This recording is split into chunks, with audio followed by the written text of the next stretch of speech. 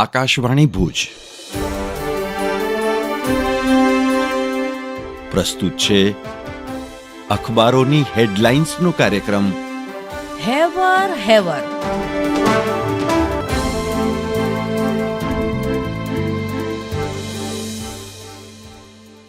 દિને દિને નવમ નવમ નમામિ નંદ સંભવમ. આપ સર્વે ભાવિક ભક્તોને શ્રી કૃષ્ણ જન્મોત્સવની મનપૂર્વક શુભકામનાઓ. પરમ કૃપાળુ ભગવાન શ્રી કૃષ્ણ આપ સર્વેને સુખ સમૃદ્ધિ પ્રદાન કરે. હેવર હેવર ટીમ તરફથી સર્વે શ્રોતા મિત્રોને જન્માષ્ટમીની ખૂબ ખૂબ શુભેચ્છાઓ. નમસ્કાર, હું મનોજ સોની. કચ્છ મિત્રોની આજની હેડલાઇન છે કે હિઝબુલ્લા ઇઝરાયલ વચ્ચે ભીષણ યુદ્ધ જેવી સ્થિતિ. આતંકી સંગઠને 300 રોકેટ ડ્રોન છોડ્યા બાદ ઇઝરાયલનો 100 જેટલા જેટ વિમાનથી પલટવાર.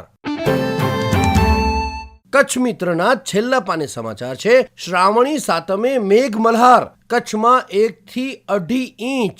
મંગળવારે રેડ એલર્ટ સાથે 30મી તારીખ સુધી જિલ્લામાં મધ્યમથી ભારે વરસાદનો વર્તારો. રાપરમાં 2, ગાંધીધામમાં 1 ઇંચ. 5 તાલુકામાં વરસાદની હાજરી. ગત રાત્રિએ પશ્ચિમ વિસ્તારમાં 1.5 થી 3 ઇંચ મેઘકૃપા. કચ્છ મિત્રના દેશ પ્રદેશ સમાચારમાં જણાવાયું છે કે રાશનમાં 9 ચીજ મફત મળશે. ગરીબ વર્ગના લોકોનું આરોગ્ય સુધારવાના હેતુ સાથે મોદી સરકારનો મહત્વનો નિર્ણય. હું ચિત્રા ચૌધરી. દિવ્ય ભાસ્કરના પહેલા પાને જન્માષ્ટમી વિશેષના સમાચાર છે. કૃષ્ણ એટલે શ્રી કૃષ્ણ, કૃષ્ણા એટલે દ્રૌપદી. જગત મંદિરમાં ભગવાનના સ્વરૂપનું સ્થાપન તેમના પરપૌત્ર વજ્રના ભજીએ કર્યું હતું. ભગવાને વ્રજવાસીઓને કહ્યું હતું, મને રણછોડ કહે એ મંજૂર, પણ વ્રજભૂમિ પર નિર્દોષનું રક્ત વહેવા નહીં દઉં. દિવ્ય ભાસ્કરના અંદરના પાને વધુ એક સમાચારમાં રણમાં સફેદ મીઠાની જગ્યાએ કાળી માટી પથરાઈ. કલેક્ટરે તપાસ માટે ટીમ બનાવી. આ સમયગાળામાં ધોરડો પાસેના રણમાં દરિયાઈ વરસાદી પાણી ભરેલા હોય છે. ધોરડોમાં ભુજના પ્રાંત અધિકારીની આગેવાનીમાં ટીમ તપાસ કરીને મૂળ સુધી પહોંચશે. દિવ્ય ભાસ્કરના અંદરના પાને વધુ એક સમાચારમાં લંડન ખાતે સ્વામિનારાયણ મંદિરનું દશાબ્દી મહોત્સવ. કાર્યક્રમો બન્યા આકર્ષણનું કેન્દ્ર. ગાંધી સંસ્થા દ્વારા સેવા કાર્યો માટે ₹79,000 પાઉન્ડનું દાન.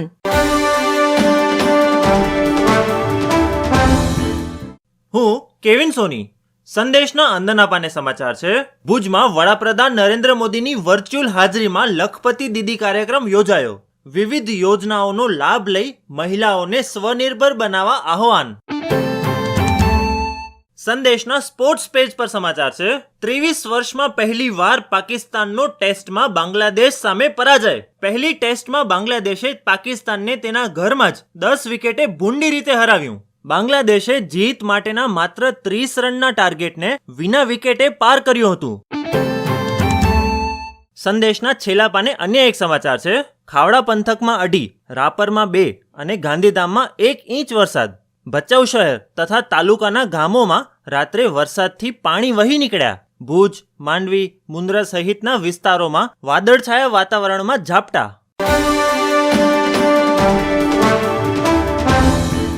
હું ભૂમિ ચોકસી. ગુજરાત સમાચારના પ્રથમ પાને હેડલાઇન્સ છે કે જાતિ આધારિત વસ્તી ગણતરી. રાહુલ અખિલેશને ચિરાગ પાસવાનનું સમર્થન. મોદીજી, જાતિ આધારિત વસ્તી ગણતરીને રોકવાનું સપનું પણ ના જોશો. હવે કોઈ શક્તિ રોકી નહીં શકે, રાહુલનો પડકાર.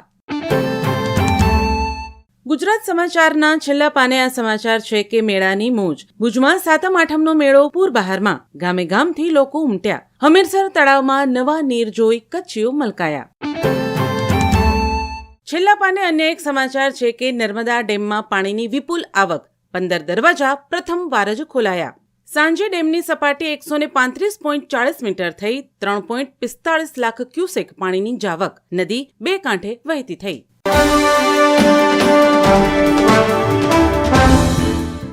હું નીરજ મચ્છર. એનડીટીવીનો અહેવાલ. સોશિયલ મીડિયા પર નરગિસ ફાખરીના ફિટનેસ ફોટોઝ થયા વાયરલ. રોકસ્ટાર અભિનેત્રી તેના મસલ્સને ફ્લેક્સ કરતી વખતે પોઝ આપતી જોવા મળી હતી અને તેના સોશિયલ મીડિયા પ્લેટફોર્મ પર મહિલાઓ માટે મસલ્સ બનાવવાની હિમાયત કરી હતી.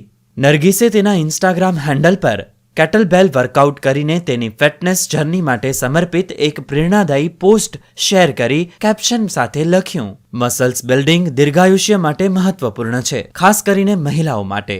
સારા ભવિષ્ય માટે દરરોજ સમય કાઢવો મહત્વપૂર્ણ છે અને એક મજબૂત અને સ્વસ્થ શરીર, મન અને આત્મા બનાવવા માટે સુસંગતતા એ એક જ સાચી સંપત્તિ છે. કેટલબેલ વર્કઆઉટમાં ગુરુત્વાકર્ષણનું કેન્દ્ર હાથથી દૂર લંબાય છે, જેથી હાથની બેલેસ્ટિક કસરત અને સ્વિંગ કસરત થઈ શકે. કેટલીની ઘંટડીનો અનોખો આકાર તેને એક હાથે અથવા બંને હાથ વડે ઝુલાવવાની અથવા તો હાથ વચ્ચેથી પસાર કરવાની કસરત થઈ શકે છે. કેટલબેલ વર્કઆઉટ્સ ટૂંકા ગાળામાં એક સાથે બહુવિધ સ્નાયુ જૂથોને લક્ષ્ય બનાવે છે. આ વ્યક્તિની સ્ટ્રેન્થ, પાવર, મસલ બિલ્ડિંગ અને ફિટનેસને સુધારવામાં મદદ કરે છે. પરંપરાગત ડમ્બેલ્સ, બારબેલ્સ અને અન્ય પ્રતિકારક મશીનો માટે કેટલબેલ્સ એ એક લોકપ્રિય પાવર ટ્રેનિંગ વિકલ્પ છે.